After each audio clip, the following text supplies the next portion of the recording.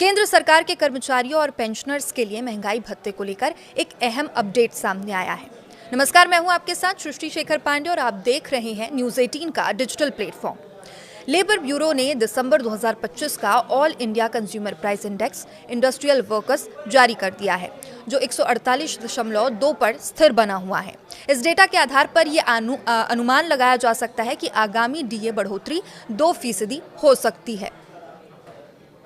अगर ये बढ़ोतरी लागू होती है तो वर्तमान में 58% चल रहा डियरेंस अलावेंस बढ़कर अब 60% हो जाएगा। ये बढ़ोतरी 7वें वेतन आयोग के तहत कर्मचारियों की बेसिक सैलरी पर लागू होगी और खास बात यह है कि डीए में होने वाला एक छोटा इजाफा भी कुल वेतन पर बड़ा असर डाल सकता है, क्योंकि इसकी गणना सीधे बेसिक पे से जुड़ी होती है। डीए की गणना 12 महीने के AICPI IW औसत के आधार पर की जाती है और दिसंबर 2025 तक पिछले 12 महीनों का औसत 145.54 दर्ज था।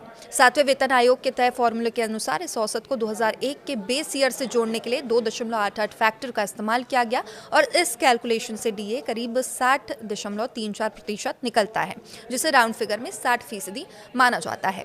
हालांकि यह अभी केवल अनुमान है। सरकार आमतौर पर डीए में बढ़ोतरी का आधिकारिक ऐलान मार्च और सितंबर में करती है। साल में 2 बार इसका ऐलान होता है और ऐसे में उम्मीद है कि होली 2026 से पहले सरकार इस पर अंतिम फैसला ले सकती है। डीए का मकसद कर्मचारियों को बढ़ती महंगाई से राहत देना होता है और यही कारण है कि सरकार साल में 2 बार जनवरी और जुलाई में डीए की समीक्षा करती है। पिछली बार जून 2025 के AICPI IW आंकड़ों के आधार पर अक्टूबर 2025 में डीए 3% बढ़कर 55 से 58% हो गया था।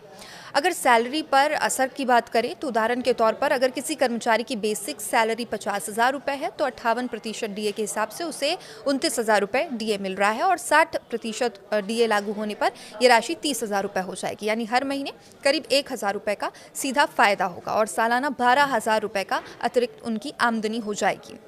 अब इस बढ़ोतरी का लाभ सिर्फ कर्मचारियों को ही नहीं बल्कि पेंशनर्स को भी मिलेगा।